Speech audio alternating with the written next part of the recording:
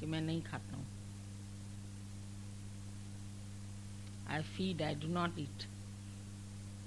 जब तुमको भी ऐसा निश्चय हो जाएगा तो फिर तुमको लगेगा नहीं कुछ, उसके लिए तुम पाप कर्म नहीं करेंगे।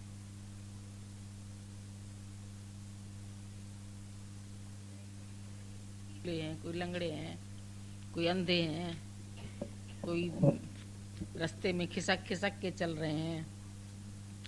कहाँ तक तुम देखेगी ईश्वर की सृष्टि के? हम दूसरे की बात में पड़े हैं, यही गलती है। अपने उद्धार की चिंता जिसको है वो अपना उद्धार करके बैठ जाए। तो वो उसको ज्ञान सुना रही थी हमारे ही सामने, भाई तुमसे तो कोई पूछ ही नहीं रहा, तुम क्यों बीच में बोल रही है?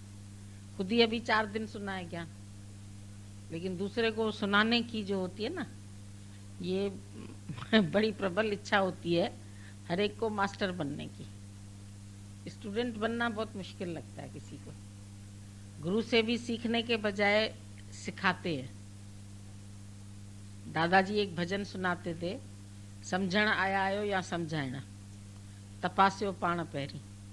तुम अपनी चेकिंग करो कि तुम यहाँ समझने आए हो या समझाने। तो अपनी चेकिंग करो, अगर समझने आए हो तो तुम समझो बैठ के, अपने विषय में कोई तुम्हारा प्रश्न है तो पूछो, और नहीं अपने विषय में कोई प्रश्न है तो शांत रहो।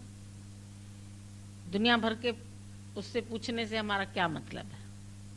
कितनी योनियां है, कहाँ कहाँ भटकता है, कहाँ नहीं भटकता है, क्या करता है, कोई ठगी करता है, कोई चोरी करता है, कोई बेईमानी करता है। तो कहाँ तक हम सबको सुधार सकेंगे, या सबके गुण धर्म में जाएंगे, या उसको हम भाषण दे के आएंगे तेरे कर्म में तू भोग रही है, तो और दुखी होगी बेचारी। उसको बोलने से क्या फायदा? बाकी अपने लिए तुम चिंता करो कि तुम क्या करते हैं।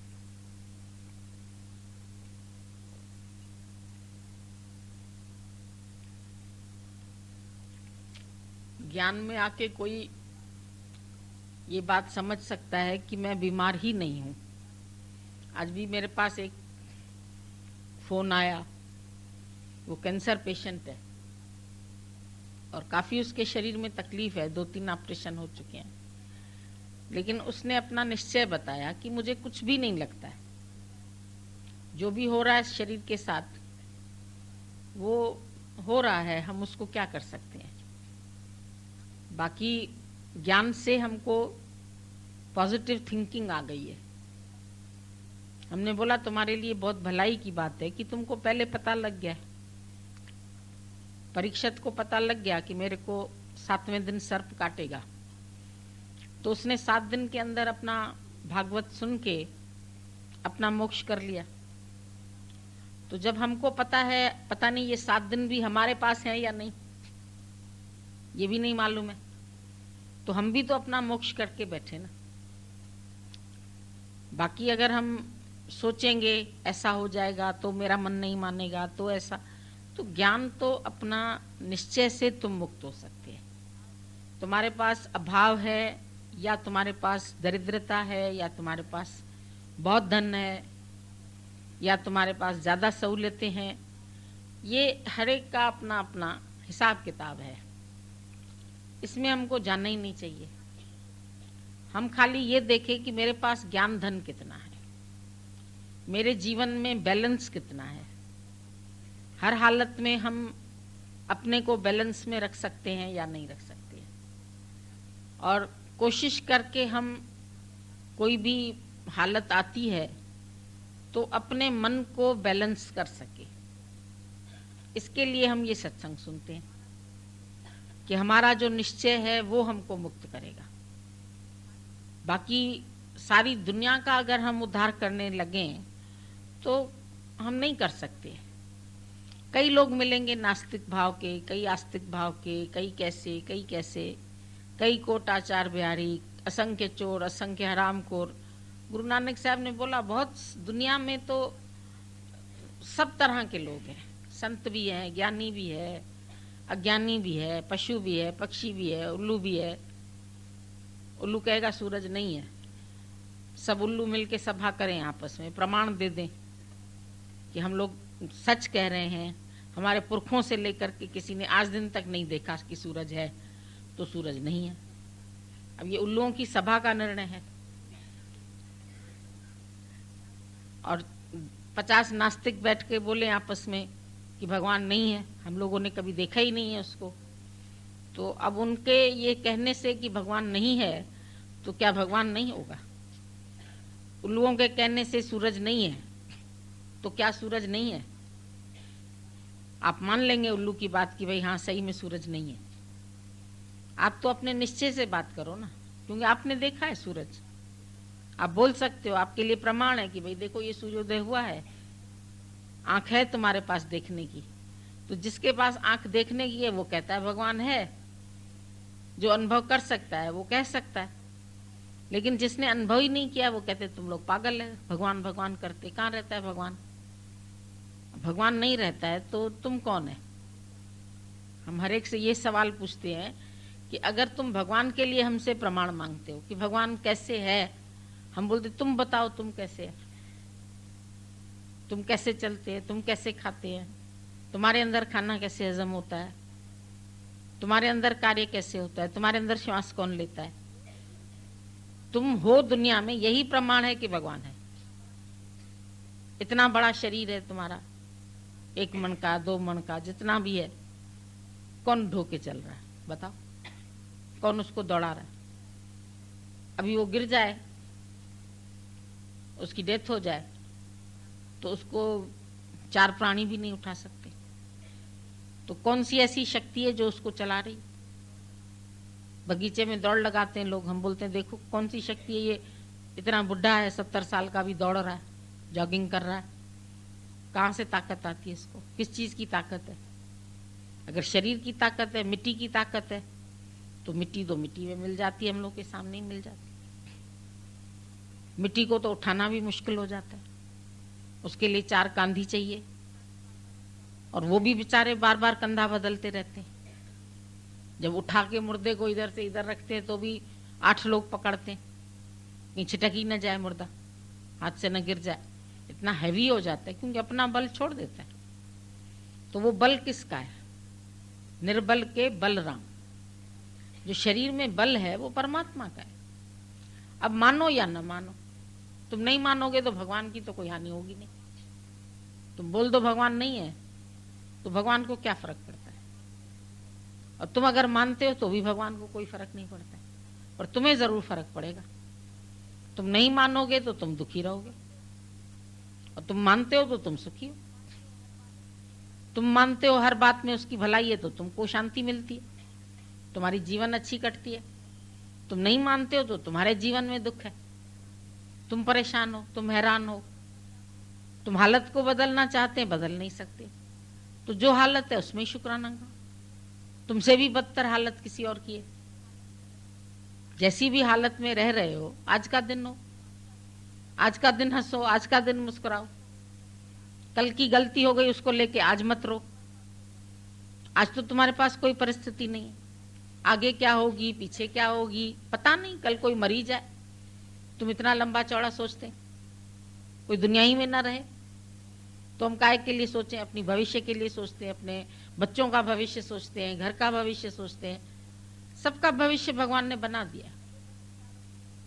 पहले बनी प्रारब्ध, पीछे बना शरीर। तुलसी ऐसा जान के भी मन न बांधे धीर। तुम्हारा मन धीरज नहीं रखता है। बाकी तो सबका खेल बना पड़ा है। जरूरी नहीं है कि उसको मिले ही, हो सकता है भूखा मरना पड़े, हो सकता है दरिद्रता हो जाए उसके पास, हो सकता है भीख मांग के खाना पड़े। ये भी प्रारब्ध हो सकता। जरूरी नहीं कि प्रारब्ध है माना राजा ही है हमारी। जब गुरु कहता है प्रारब्ध में तुम्हारे जो होगा मिलेगा, तो हम क्या सोचते हैं? राजा ही मिलेगी। हमारे प्रारब्ध में पैसा होगा तो मिलेगा, तो अगर प्रारब्ध में गरीबी होगी तो भी मिलेगी, प्रारब्ध में बीमारी होगी वो भी मिलेगी। हर चीज मिल सकती है ना। भाई पहले बनी प्रारब्ध, तो तुम क्या सोचते हैं? बनी प्रारब्ध माना खाना पीना। उस हो सकता है भीख हो तुम्हारे नसीब में, फिर ये भी प्रारब्ध है। दरिद्रता हो ये भी प्रारब्ध है, बीमारी हो ये भी प्रारब्ध है, सुख हो ये भी प्रारब्ध है, ऐशो आराम की जिंदगी हो ये भी आराम है, मोटर गाड़ियां तुम्हारे दर पे खड़ी हो ये भी है आराम। नहीं है कुछ भी, पैदल चलना पड़ता है, झोपड़ी में रहना पड़ता है, पानी भी नहीं आता है घर में, बाहर से भरना पड़ता है। प्रारब्ध में तो हर चीज है ना, ये थोड़ी कि प्रारब्ध है बननी पड़ी तो हम लोग क्या सोचते बहुत हमारी अच्छी बननी पड़ी। माना अच्छी से क्या होता है, जिसमें मेरे सब स्वार्थ पूरे हो जाएंगे।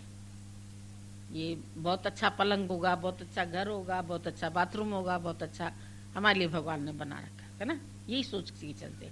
पर कभी सड़क पे सोना पड़े, प्लेटफॉर्म पे सोना पड़े, ये भी हो सकता है। कभी सारी चोरी हो जाए, कुछ भी न बचे तुम्हारे पास, कभी डकैती पड़ जाए, कभी हिंदुस्तान पाकिस्तान हुआ तो अपने घर माल असबाब सब छोड़ के आना पड़ा, जमीन जायदाद सब छोड़ दी। क्या किया? ऐसे दिन भी देखे। फिर बन भी गया, बिगड़ा भी, बन भी गया। तो ये प्रकृति में तो हलचल है ही है, चेंज है। Change is the law of the world. रोज चेंज हो रहा है। अभी हर दिन तुम्हारा तिल तिल करके बढ़ रहा है, अभी तक घट रहा था। जब से तिल का खाया तुमने 14 तारीख को संक्रांत, तो तिल के लड्डू खाओ, तिल के ये खाओ, जानो तिल तिल करके दिन बढ़ेगा। तिल तिल करके जीवन घट रहा है, तिल तिल करके जीवन बढ़ रहा है। लेकिन तुम उसमें क्या कर रहे हो?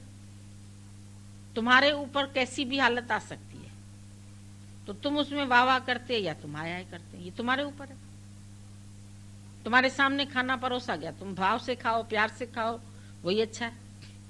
रोके खाओ, ये सब्जी अच्छी नहीं है, ये खाना अच्छा नहीं है, ये फुल्का जला हुआ है, तो ऐसे भी कर सकते हो। तो ज्ञानी तो हर हालत में वाह वाह है उसकी, उसका संतुलन बना हुआ है। सुख में दुख में, मान में अपमान में, यश में अपयश में, लाभ में हानि में, गरीबी में अमीरी में। एक टाइम खाता है तो भी मस्त रहता है, नहीं मिलता है तो भी मस्त रहता है। उपवास है आज हमारा। जिस दिन उपवास होता है, माना उप माना नजदीक, वास माना बैठना, परमात्मा के नजदीक है। नहीं खाना है घर में तो बनाने की भी छुट्टी है। देना होगा तो भगवान ठूस ठूस के भी देगा, नहीं देगा तो व्रत रख लिया। आए तो ईद न तो रोजो, बोला है तो ईद मना लो, और चली गई तो रोजा रख लो।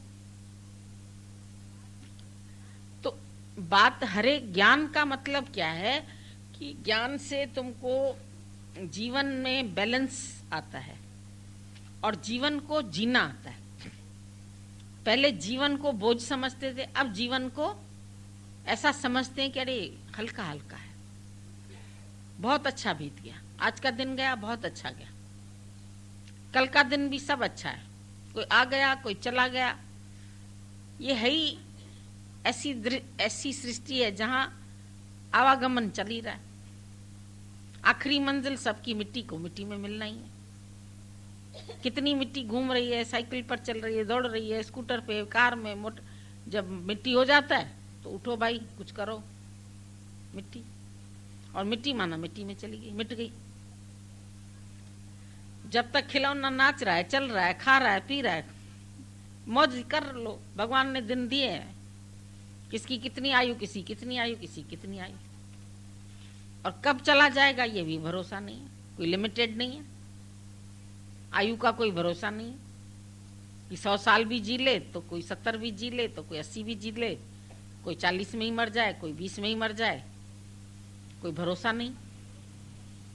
हर पल को एंजॉय करो। भगवान को पाना माना, अरे भगवान को ही पाना था तो भगवान के साथ तो बैठे थे, फिर उसने दुनिया में क्यों भेज दिया? दुनिया में भेज दिया, जाओ एंजॉय करो मेरी दुनिया को। तो हम एंजॉय करने के लिए आए, हम मौज करें। भाई एक्टर को दरिद्र बनना पड़ता है तो भी वो एक्टिंग इतनी अच्छी कर लेता है। एक्टर को बीमार पड़ना पड़ता है तो बीमार भी अच्छा हो जाता है। उसमें दिखाया भाई आनंद पिक्चर में कैंसर है उसको, तो दिखाया कैसे हंसता रहता है पूरा टाइम, सबको खुश करता रहता है, सबके काम करता रहता है।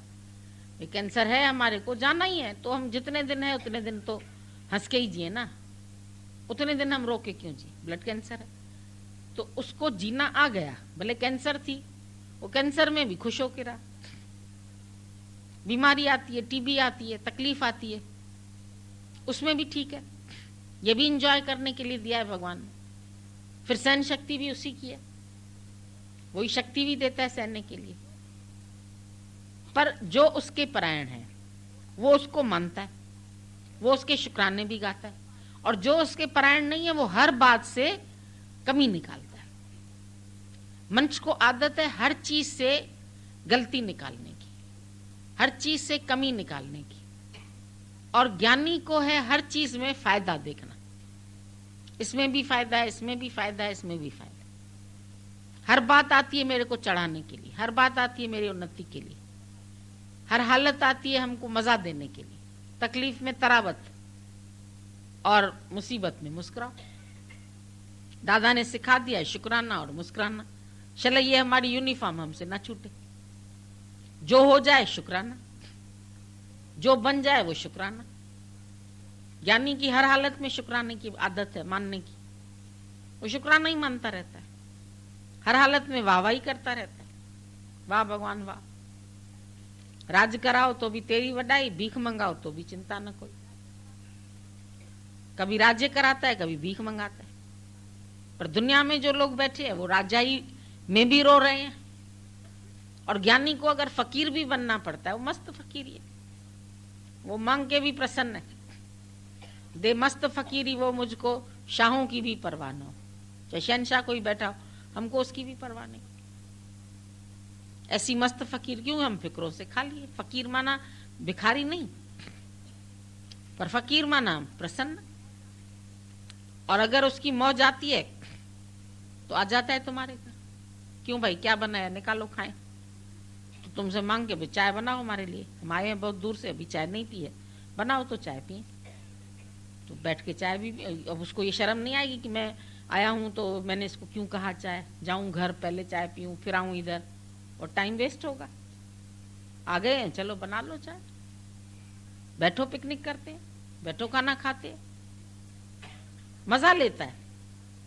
ज्ञानी हर सेकंड का मजा लेता है, और अज्ञानी हर एक मिनट में दुखी होता है। चाहे पास्ट को याद करके दुखी होता है या फ्यूचर की चिंता में, वरीज जो नेवर एंडिंग।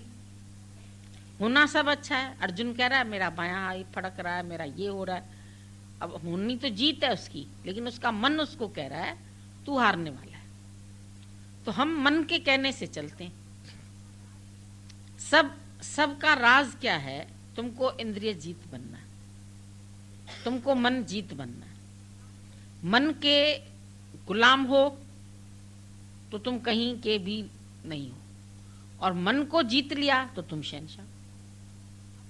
इंद्रिय जीत होना चाहिए।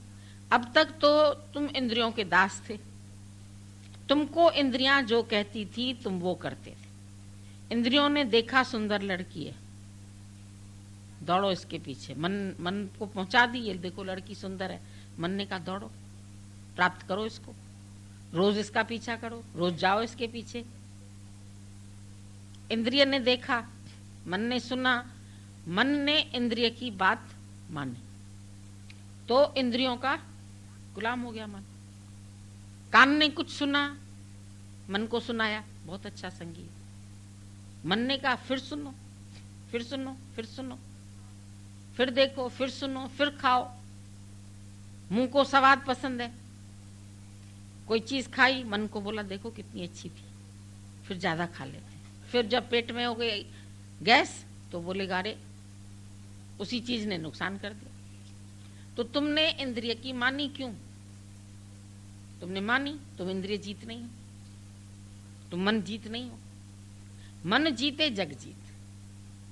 हमारे भारत में मन को जीतने की कला है। फॉरेन में सब मन के अनुसार चलते हैं। मोटर चाहिए, गाड़ी चाहिए, बंगला चाहिए, ये चाहिए, ये मन की ख्वाहिशें हैं। और ख्वाहिशें जितनी पूरी करो उतनी और बढ़ती है। हर ख्वाहिश पे दम निकले। अब राज्य चाहिए, अब ये चाहिए, अब इसको धन चाहिए, अब स्त्री चाहिए, ये सुंदर स्त्री है, इसको पकड़ के लेके आओ। हमारे यहाँ ऐसा नहीं होता। जो हमारे हिंदू के राज्य में रहे, अब जैसे गुरु गोविंद सिंह जब लड़ाई लड़ रहे थे तो मुसलमानों के साथ लड़ाई थी, तो एक दिन बहुत सुंदर स्त्री को पकड़ के लेके आए। तो उसने बोला कि इसको क्यों लेके आए हो? बोला ये मुसलमानों की सबसे सुंदर लड़की है और इसको हम जीत के लाए हैं लड़ाई में। तो ये आपके सामने हम हाजिर करते हैं। तो उसने बोला कि इसको मेरे सामने क्यों हाजिर करते हैं? बोला ये अब आपकी हो गई, क्योंकि हमारी स्त्रियों से वो बुरा व्यवहार करते हैं तो हम भी टिट फॉर टैट, हम भी इसके साथ ऐसा ही व्यवहार करेंगे। उसने बोला नहीं, ये हमारा इनसे कोई वैर ही नहीं है, तो हम इसको क्यों सताएं? इस स्त्री ने हमारा क्या बिगाड़ा है जो हम इसको खराब करें? इस स्त्री का तो कोई दोष नहीं है। इनके जो बुरे हैं उनकी बुराई को हमें खत्म करना है। हम इस स्त्री का क्या करें? इसको बाइज्जत इसके घर में छोड़ के आओ।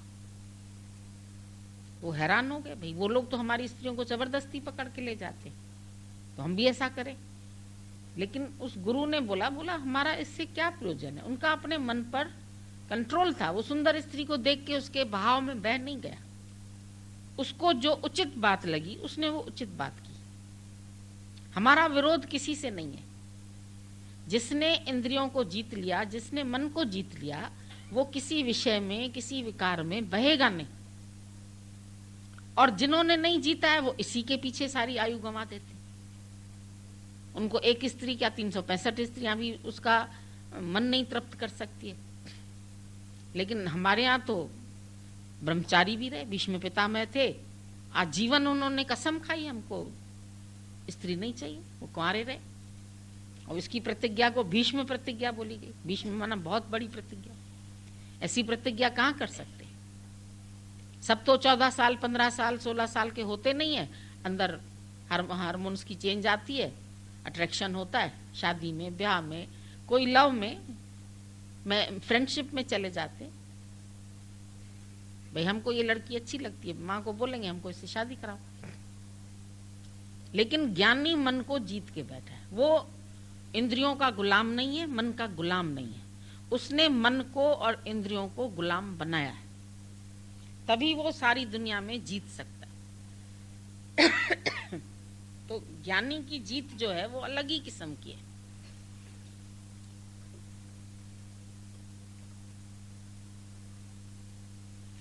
वो धन दौलत हाथी घोड़े जीत के अपने घर के आगे बांध ले, क्या करेंगे उसका? कितने हाथियों पर सैर करेंगे? कितने घोड़ों पर रखेंगे अपने को चढ़ा के? हमारी आवश्यकता कितनी है ये पूछो ना। ये तो सब जंजाल है अपने लिए। बल्कि ज्ञानी की तो जितनी आवश्यकता है उतना रख के बाकी सबके लिए छोड़ देता है। हमको क्या लेना देना है किसी से? ये माल इसबाब ये सब। और उनको देखो तो कितना सब बढ़ाने के चक्कर में सिकंदर आया तो मारता गया मारता गया मारता गया, सबको मार मार के उसने राज्य बढ़ाया और सबको अपने राज्य में मिलाया। तो कितने पाप कर्म किए। लोगों को जिनका कोई कसूर ही नहीं था उनको तलवारें मार मार के गिराया और फिर अपनी बहादुरी दिखाई, हम बहुत वीर हैं। तुम किस बात में वीर हो? तुम्हारी सेना अधिक हो गई, तुमने सैन्य बल से लोगों को सताया और सता के तुमने उनको अपना गुलाम बनाना चाहा, अपने देश में मिलाना चाहा, अपने देश का विस्तार किया। मैं पूरी वर्ल्ड का राजा बनूं, सिकंदर ने बोला। सारी दुनिया को जीत के दुनिया। अरे तो माँ ने कहा तू दुनिया को जीता तो क्या मन को कहाँ जीता?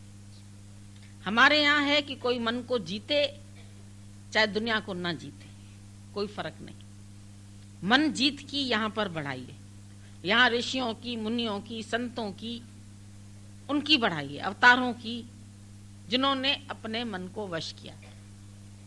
बाकी यहाँ उनकी बढ़ाई नहीं है जो इंद्रियों के गुलाम रहे और इसको काट इसको मार, ये भी देश अपने में मिला, ये भी मिला, ये भी मिला। सिकंदर तो मिलाता गया। कितनी लड़ाई लड़ी उसने और इतने शहरों पर कब्जा किया उसने। ये भी अब शहर हमारा हो गया, ये भी अब शहर हमारा हो गया, अब ये भी। तो आखिर हुआ क्या उसका? शहर तो जहां के तहां रहे, खुद ही चला गया। उसका क्या लाभ हुआ? बोला हमारे यहाँ रामचंद्र ने राज्य किया, वन में भी चला गया, तो वो राज्य में भी खुश है और वन में भी उसके चेहरे पर वही मुस्कुराहट है। वो वन में रहकर दुखी नहीं है। फिर अगर रावण से उसकी लड़ाई भी है तो रावण के बुराई से लड़ाई है, रावण से उसको कोई वैर नहीं है। वो तो सिधाई से अगर सीता दे देता तो रावण को मारने की भी जरूरत नहीं थी। फिर जब उसके पास विभीषण आया तो उसको बोला तुम लंकेश है। तो बोला लंकेश तो रावण है, हम कैसे लंकेश हैं? बोला नहीं, लंका का राज्य तुमको ही दूंगा, तुम उसके भाई हो। तो उसको आया ख्याल, बोला अगर अभी मेरा भाई हार मान जाए और वो आके तुम्हारी शरण में पड़े तो क्या फिर भी तुम मुझे ही लंकेश कहोगे? बोला अगर मैंने तुम्हें वचन दिया तो तुमको लंकेश कहेंगे। तो बोला फिर रावण को क्या दोगे? बोला रावण को फिर मैं अपना राज दे दूंगा, अपने भरत को कहूंगा तू छोड़ दे, रावण को दे दूंगा, मुझे थोड़ी कुछ चाहिए। तो कितने अंदर में उनके त्याग की भावना होती थी। ये भावना नहीं होती थी कि चलो लंका को जीत लिया तो अपने शहर में मिला ले। लंका को जीत के लंकेश को दे दिया, विभीषण को दे दिया राज, उसको अपने में थोड़ी मिलाया कि हमारा शहर बढ़ गया, हमें क्या करना है बढ़ा के। खाली वहां के लोग सुखी रहें, वहां उनके ऊपर कोई आतंक न हो, उनके ऊपर कोई अत्याचार करने वाला न हो, उनको प्रेम मिले, सब घरों में सुख हो। सर्वे भवन्तु सुखिनः, हम लोगों के यहाँ कहते हैं सबको सुख प्राप्त हो। अब ब्रह्मज्ञानी सारा अपना जीवन दे देता है, किस लिए? क्या चाहिए किसी से उसको? तुम सुखी हो जाओ, तुम आराम से रहो, तुम खुश रहो, तुम्हारी समस्या का समाधान हो जाए, तुम्हारे हृदय में प्रेम आ जाए, और क्या चाहिए उसको? उसको तुम्हारा राज्य, तुम्हारा घर, तुम्हारे पदार्थ, तुम्हारी साड़ी, तुम्हारे सूट लेके करना क्या है? कितना पहन लेगा, कितना खा लेगा? ये भोजन कितना भी घर में बनाओ, खाओगे तो अपने हिसाब से, 2 फुल्के से ज्यादा हजम नहीं होगा। अधिक खा लोगे तो शरीर बेचारा तो गरीब है, वो नहीं हजम नहीं कर सकेगा, वॉमिटिंग हो जाएगी। तो जितनी आवश्यकता है, ज्ञानी उतना भर, वो भी उसको चिंता नहीं है, वो भी उसको पता है निराकार उसको पहुंचाता है। बाकी लोभ लालच नहीं, इसका भी मुझे मिल जाए, भाई का हक मिल जाए, भाभी का हक मिल जाए, ऐसे कर्म ज्ञानी नहीं करता। एटलीस्ट अगर उसी में अधिकार भाभी का है तो उसको दे देगा, बहन का है तो उसको दे देगा। वो सबके अधिकार मार के खुद राजा नहीं बनना चाहता, खुद नहीं इंद्रियों के सुख लेना चाहता है, वो अपने में तृप्त है। ज्ञानी अपने में तृप्त है, ज्ञानी को अधिक चाहिए ही नहीं। अभी बताया ना, स्वामी हेमराज को पोस्ट बड़ी मिल रही थी, पैसा भी बढ़ जाता उसमें, लेकिन उसने बोला मेरा समय ज्यादा जाएगा उधर, और समय जाएगा तो मुझे सत्संग के लिए समय नहीं मिलेगा, रिस्पॉन्सिबिलिटी बढ़ जाएगी स्कूल की, प्रिंसिपल बन जाऊंगा, बड़ा बन जाऊंगा। तो उसने नौकरी छोड़ दी, बोला हमको वो बड़ी पोस्ट नहीं चाहिए, हमारे लिए वो छोटी पोस्ट सही है। 1-2 घंटा गया, अपना खाने भर का मिल गया, छुट्टी कर दी उसके बाद उसको कुछ चाहिए नहीं। तो संतोष है उसके पास, उसने संतोष से अपना संबंध बनाया। असंतोष को तो जितना पूरा करना चाहो कभी होगा ही नहीं पूरा। अगर कमियां देख के चलो तो कमियां तुम्हारी कभी खत्म ही नहीं होंगी, कमियों में तुम्हारा मन करेगा और चाहिए और चाहिए और चाहिए। और ये अगर सवाल गुरु तुम्हारे आगे रखता है कि इतना मिलने पर करोगे क्या, ये भी सोच लो पीछे जाकर। नहीं करना तो कुछ नहीं, करना कुछ नहीं है तो क्यों इतना इकट्ठा करते हो? फालतू का माल, इसबाब, धन दौलत, ये वो सब दिन भर उनके पीछे क्यों घूम रहे हो? क्या चाहिए तुम संतोष से अपनी दाल रोटी खाओ, भगवान का भजन करो। ये जीवन मिला है, तुम जागृत हुए हो, तुम जाके सबको जगाओ, तुम जाके सारी दुनिया को प्यार करो, सबके हित के लिए जियो। तुमको तो इसके लिए मिला ना। और आज नाम भी तो उनका होता है, किसका होता है? राम का, कृष्ण का, बुद्ध का, नानक का। उनके पास कोई धन था क्या? कबीर का क्या था? उसके पास कुछ नहीं था, लेकिन उन्होंने सबके लिए अपने जीवन का त्याग कर दिया। लोगों ने त्याग दिए जीवन कि प्रीत दिलों में पलती रहे, तुम सबके अंदर प्रेम का जन्म हो जाए और वो प्रेम पलने लगे सबके लिए। तो अपने सुखों का त्याग कर देता है। अपने सुखों के पीछे दौड़ दौड़ के पछाड़ी को मर जाओ, इकट्ठा कर लो सुख, वो भी बेटे बेटियों के लिए, और वो उसका दुरुपयोग करेंगे। काय के लिए? जिसको धन मिलता है वो उससे गलत काम करता है। जिसके पास पैसा ज्यादा है, जाके देखो अमीरों के बेटे कैसे चैंपियन खोलते हैं, कैसे बदमाशी करते हैं, कैसे लड़कियों को फंसाते हैं, कैसे बर्बाद करके लड़कियों को छोड़ भी देते हैं। कितने केसेस होते हैं दुनिया। तो पैसा उनको कौन सी जगह लेके जा रहा है। ज्ञानी के पास धन आता है, वो यज्ञ करता है, वो सबको प्रेम करता है, वो सबके हित के लिए खर्च करता है, जिसको जरूरत होती है उसको दे देता है। वो खाली मैं और मेरे वालों के लिए नहीं जीता है कि मैं कमाऊं और मैं खाऊं और मेरे खाएं। वो तो 10वां हिस्सा वैसे ही दे देता है कि सबके हित के लिए निकाल लो 10वां हिस्सा कमाई का, मुझे क्या करना है। और ज्ञानी के हाथ में आता है तो वो सबका उदारचित होकर के सबको प्यार देता है, सबको बिठाता है, सबको खिलाता है, सबको पूछता है। तुम तो अपने बेटे को पूछेंगे खाया कि नहीं खाया, यहाँ ज्ञानी तो सबको पूछता है, उसने खाया नहीं खाया, बीमार है वो ठीक हुआ कि नहीं, उसको टैबलेट मिली कि नहीं, वो खुश हुआ कि नहीं। वो दूसरों के लिए जीवन जीता है, वो अपने में, उसको जीने का तरीका आ गया है। मैं मेरे में ममता है, मैं मेरे में दुख है। और जब सर्व के लिए सोचने लगो तो तुमको अपने दुख तो भूल ही जाएंगे, अपनी चिंता तो भूल ही जाएगी। और फिर हम देखते हैं कि जब ज्ञानी सबके लिए सोचता है तो उसके लिए भी सब सोचते हैं। अगर हम सोचेंगे तुमने खाया कि नहीं, तुम सोचेंगे पहले इन्होंने खाया कि नहीं खाया, ये अरस परस हो जाती। अगर हम तुमको ऐसे गिराई मुंह में डालते तो तुम्हारा भी ऑटोमेटिक गिराई हमारे मुख में जाएगी, तो हमको तुमसे भी नहीं मांगना पड़ेगा। तुम भी अपने आप ही ब्रह्म ज्ञानी के लिए जियोगे। वो तुम्हारी सेवा में जीता है तो तुम्हारा मन भी करेगा हमारा जीवन भी इनकी सेवा में जाए। ये देवताओं के लक्षण है। तुम देवताओं को प्रसन्न करो, देवता तुमको प्रसन्न करे। ये सब देवता तो है। हर मनुष्य भगवान की एक कृति है, मतलब एक ऐसी अच्छी कृति है कि उस जैसी दूसरी नहीं है। कितना भगवान का ये वैभव है, ऐश्वर्य है कि वो हर चीज नहीं, मिल भी इतने अच्छा कपड़ा नहीं बनाएगी भाई, हर प्रिंट अलग हो, हर चीज अलग हो। अब भगवान की इतनी प्रिंट कब से चल रही है, और रोज नई प्रिंट है उसके पास, रोज नए फूल हैं, रोज नए। पहले छोटे खिलते थे गुलाब, अब इतने बड़े बड़े खिलने लगे। साइंस ने तरक्की करके इतने बड़े बना दिए, इतने सुंदर कलर। जमीन एक ही, हम इनको कभी दिखाते हैं, देखो एक पीला निकला है, एक लाल निकला है, एक डबल शेड निकला है, एक मैरून निकला है। कैसे कलर्स निकल रहे हैं उसमें से, कौन निकाल रहा है? उस कुदरत को देखो। ये सब तुमको प्रमाण दे रहे हैं कि ईश्वर है। तुम नहीं बना सकते, बना के दिखाओ। हर मनुष्य स्वयं एक प्रमाण है भगवान के लिए, और उससे बड़ा प्रमाण कोई हो नहीं सकता कि भगवान है। कैसे तुम्हारा नाक बना, कैसे शरीर बना, कैसे इतना छोटा बच्चा है, सब चीज है उसके। उस छोटे से मॉडल में हर चीज है। अंदर उसको लिवर भी है, उसके अंदर इंटेस्टाइन भी है, उसके अंदर सब, क्या चीज नहीं है। चाहे वो सैंपल तो छोटा सा है, इतना सा मॉडल आता है, लेकिन मॉडल के अंदर हर चीज है। और वो मॉडल बढ़ के फिर और मॉडल बना लेता, वो भी नए बनते हैं, बिल्कुल उस जैसे नहीं बनेंगे। बेटा थोड़ा लक्षण माँ का लेगा, थोड़ा बाप का लेगा, थोड़ा बुआ का लेगा, थोड़ा दादी का लेगा, मतलब मिक्सचर एक पैदा हो जाता है। भगवान कैसे उस चीज को कृति, तो ये भगवान का अस्तित्व नहीं। लोग बोलते क्यों माने भगवान को, हम कहते तुमको क्यों माने, तुम्हारे में क्या है बताओ। बोला ये सब भगवान तुमको ऑटोग्राफ देता है, एक एक बच्चा, ये भगवान का हस्ताक्षर है कि भगवान है। तुम हस्ताक्षर देखते तो बोलते ना किसी का है, ये किसका हस्ताक्षर है। तो ये सब मनुष्य जितने भी हैं ये परमात्मा के हस्ताक्षर है।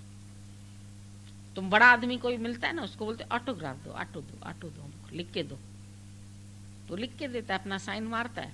फिर तुम इतने खुश होते हैं, देखो फलाने एक्टर का ना मेरे पास सिग्नेचर है, फलाने एक्टर ने ना मेरे को अपना फोटो दिया। तो इतने महान बन जाओ, तुम्हारे फोटो की किसको जरूरत पड़े, तुमको हस्ताक्षर की जरूरत पड़े। तुम एक खुद परमात्मा के हु बहू, God made man into his own image, own likeness, own reflection. उसने बिल्कुल अपने को तुम्हारे में डाल दिया। खुद क्या चाहता है वो तुम्हारे अंदर डाल दिया, प्रेम डाल दिया, दया।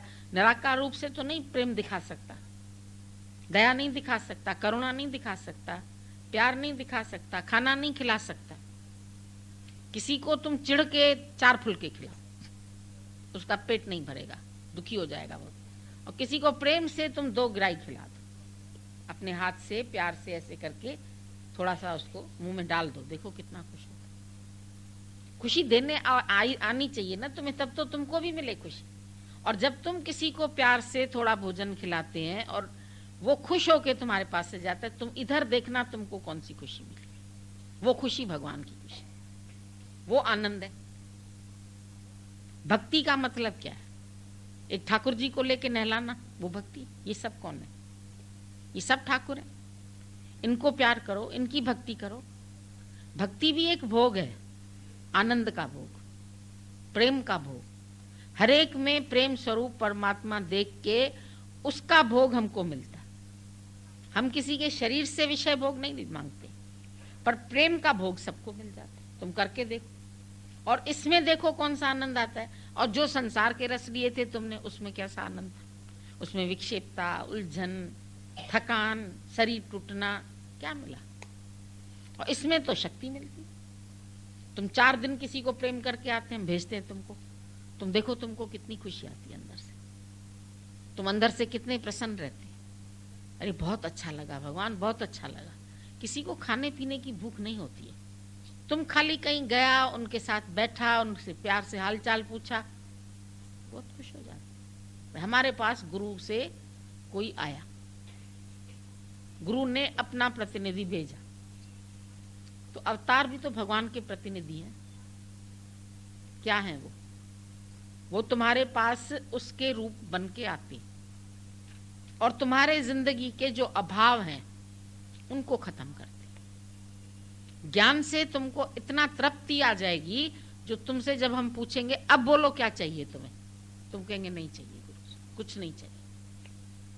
क्या है? तृप्त है? हाँ जी, बिल्कुल बिल्कुल तृप्त है, एकदम तृप्त है। तो कैसे मिली तुम्हें तृप्ति? कुछ दे दिया हमने, करोड़ दे दिया, कोई चेक दे दिया, ड्राफ्ट बना दिया, कोई अटैची भर के कपड़े दे दिए, कोई मिठाई के डिब्बे दे दिए। शादी ब्याह में तो डिब्बे देते, 21 दो, इतने दो, इतने दो।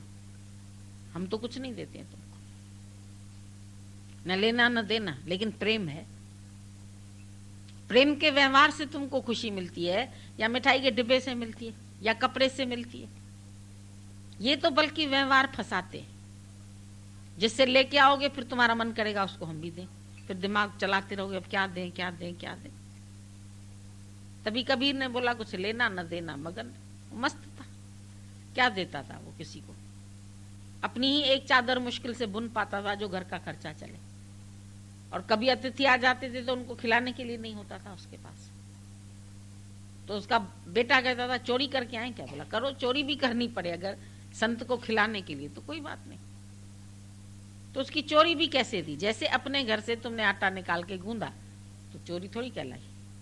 तो उसके लिए दूसरे का गोदाम भी अपना गोदाम था, वहां से गेहूं लेके आ गया। उसको फिर बता भी दिया कि तुम्हारे हम गोदाम से गेहूं लेके जा रहे, कहीं नौकरों पर न मार पड़ जाए। तो बोला आपको चाहिए था तो हम आपके घर पहुंचा देते, आपने चोरी क्यों किया? ऐसे संतों को तो खुद ब खुद जाके लोग दे आते, वो नहीं मांगते। उनके पास अनाज के बोरे पड़े हैं, चीनी के बोरे पड़े हैं, खाने के बोरे। देंदा दे लेंदे थक पाए। कितना देता है परमात्मा, जो तुम ले लेके थक जाते हैं और जब मरते हैं तो कुछ छोड़ के ही मरते। आए तो नंगे थे, लेकिन जाओगे तो कई शौलें पड़ेंगी तेरे ऊपर। वो रास्ते में मसाणी उतार लेता है, जितनी शौलें पड़ती वो कमा भी लेता है इतना, उसे इतना उसका धंधा चलता है। एक आदमी खूब सस्ती शौलें लेके आया, लोगों ने बोला भाई बहुत अच्छी अच्छी शौलें हैं तुम्हारे पास, और मंगवा दो हमको 10-20। तो वो गया, बोला आज कोई मुर्दा ही नहीं आया है जो 10-20 शाल हम तुमको सस्ती दे दें। मुर्दे की शाल सस्ती बिक जाती, लोग खुश हो जाते हैं, भाई सस्ती शॉल लेके आए हम। मुर्दा भी कमा लेता है जाते जाते, इतना मिलता है भर के। और जीते जी तुम बोलते कहां से खाएं, कहां से चलें, कैसे करें। जैसे रख रहा है बहुत अच्छा रख रहा है। भगवान भूखा उठाता है, सुलाता नहीं है, भूखा दे देता है सब। सैल पत्थर में जन तो पाया, ताका रिज्क भी आगे कर धरिया। पत्थर के अंदर जीव जंतु है, उनको भी उसका रिज्क, उसकी रोटी, उसका आहार उसको मिल जाता है। तो तुम इंद्रिय जीत बनो, मन जीत बनो। ये छोटी मोटी जीत क्या है? तुमने झगड़ा किया, तुम जीत गए, क्या हुआ? जुआ किया, तुम जीत गए। जुआ में जीते तो जो पैसा कमाया दूसरे दिन फिर उसी जुआ में खत्म भी हो जाएगा। वो तो क्षणिक सुख है। बैठ जाते तो आई बाजी आई, गई बाजी गई, ड्रिंक किया, ये किया, कितनी देर का, जरा देर, फिर वो इंद्रियों में हलचल पैदा होती है। ये जो अल्कोहल और ये सब पीते हो तो फिर शरीर भी तो बर्बाद होता है, फिर छोटी उम्र में ही मर जाता है, बीवी को विधवा करके जाता है, बच्चों को अनाथ करके जाता है। तो उसके घर में जाके देखो। पर ऐसा क्यों हुआ? क्योंकि उसकी गलत आदतें। ये भगवान ने नहीं कहा तुमको कि जाओ पियो जाके शराब। ताजा अंगूर खाओ, सड़ा सड़ा के अंगूर उसका बनाते शराब, सड़े अंगूर की वो खाओगे तो मरोगे तो सही। क्या है उसमें? कौन सा नशा है? नशा तो ये है जो मीरा को लगा तो झूमने लगी, चैतन्य को लगा तो वो नाचने लगा। चैतन्य महाप्रभु हरि बोल करके मस्त हो जाए। मीरा को कोई कहता थोड़ी था कि तुम नाचो, वो खड़ी हो जाती थी, उसके पांव थिरकने लगते थे, उसके अंदर वाइब्रेशंस आ जाते थे कृष्ण के, झूम जाती थी। तो अंदर में खाली प्रेम ऐसा उत्पन्न हो जाए ना तुम्हें, पौधा प्रेम का, तो देखो कैसे तुमको प्रफुल्लित कर देता है। जड़ प्रकृति को ध्यान से देखो, वो तुमको सुख दे रही, आंखों को सुख दे रही। तो चैतन्य प्रकृति भी अच्छी है, पर उसको बनाते हम खराब है। हम मोह करते हैं, हम स्वार्थ रखते हैं, हम इच्छा रखते हैं, हम झगड़ा करते हैं, हम क्रोध करते हैं, रावण का रूप बन जाते हैं। तुम्हारे ही अंदर प्रेम भी है, क्रोध भी है। विष्णु का मतलब ये जो विष को अमृत बना दे, तुम्हारे अंदर बैठा है। जो तुम्हारे अंदर विष है, क्रोध का, विषयों का, माया का, ईर्ष्या का, उस क्रोध को भगवान जब तुम्हारे हृदय में आ जाएगा वो अमृत कर दे। फिर उसने सब देवताओं को अमृत बांटा। तुम भी अमृत बांटो, अमृत बांटने की तो मनाही नहीं। थोड़ा सा भी करके आओ, सारे दिन में 1 घंटा रख लो नियम कि हम फलाने को खुश करके आएंगे, या आज के दिन में किसी न किसी के पास जाएंगे। ये एक अपने ऊपर काम रख दो, ये गुरु का होमवर्क है हमारे पास। जाके एक दुखी दिल को हंसा के, और बातें नहीं आके हमें बताओ हमारा पैसा चला गया, कारखाना चला, रोटी तो खा रही हो, कारखाना चला गया था। और कारखाना था तो तुम कौन सा कारखाने में नाचती थी? मजदूर काम करते थे। एक मन को दिलासा होता है कि इतना पैसा हमारे पास है, एफडी इतनी है हमारे पास इतना बैंक बैलेंस है। खाते तो कुछ नहीं हो, वो तो 2 ही रोटी खाते, बैंक बैलेंस थोड़ी निकालते। वो तो शादी ब्याह कोई होएगा तो भाई चलो, लड़की बेचनी है तो दे दो पैसा उसको, ले जाए, निकालना है कूड़ा घर से। पैसे को अहमियत दी है अज्ञानियों ने, ज्ञानियों ने नहीं दी। रंका बंका ने तो रास्ते में गिन्नियां देखी तो उसके ऊपर मिट्टी डाली, तो बंका बोलते क्या किया तुमने? अरे बोला मिट्टी पे मिट्टी डाली, पागल कहीं के। गिन्नी कोई सोना था क्या? तूने मिट्टी के ऊपर मिट्टी डाली। कितनी ऊंची समझ है। ये समझ लेके तुम चलो गुरु। यहाँ क्या लेने आते हो? किसको क्या प्रारब्ध है, किसको दुख क्यों है, पराए इन बातों से तेरा की। तू अपने को पहले एक आदर्श बना, तो तेरा आदर्श दुनिया के लिए आदर्श बनेगा। खाली बातें करने से कुछ नहीं होगा। संत का अपना जीवन का आदर्श बोलता है, उसके शब्द नहीं बोलते। वो ज्यादा शब्द नहीं बोलता है किसी से, ज्यादा बातें नहीं करता है। तुम तो बातों के बतंगड़ बनाते रहते हो, जहां बैठोगे ये बात लंबी चौड़ी, सारा दिन दिमाग खपाई करते। अपने को शांत में रखो और शांत में उपदेश सबको दो। जीवन का ऐसा आदर्श दिखाओ कि कोई दुख आया, कोई सुख आया, कोई हालत आई, कैसे तुमने मौन में रह के सब फेस कर लिया। तेरा भाणा मीठा लागे, नाम पदार्थ नानक मांगे। नानक ने कोई पदार्थ और नहीं, नाम पदार्थ, नाम रूपी पदार्थ ये देना भगवान, और कुछ नहीं देना। और लाख करोड़ होए तो होए कि कहवट हुंदा लख करोड़, मुंवट अणखुट खाना। मेरे पास तो ऐसी खान है जो खत्म ही नहीं होगी, अणखुट, जो खुटने वाली नहीं है। खत्म होने वाली नहीं, इतना खजाना है मेरे पास। मुझको खजाना नाम का है आज मिल गया, मैं तो झूमती हूं मौज में, सरताज मिल गया। कबीर को कौन सा सरताज मिला? भगवान मिला। कबीर क्यों इतना खुश था? मीरा क्यों इतनी खुश थी? जहर पी के भी नाच रही है, बताओ। उसको तो जहर मिला तो भी नाच रही।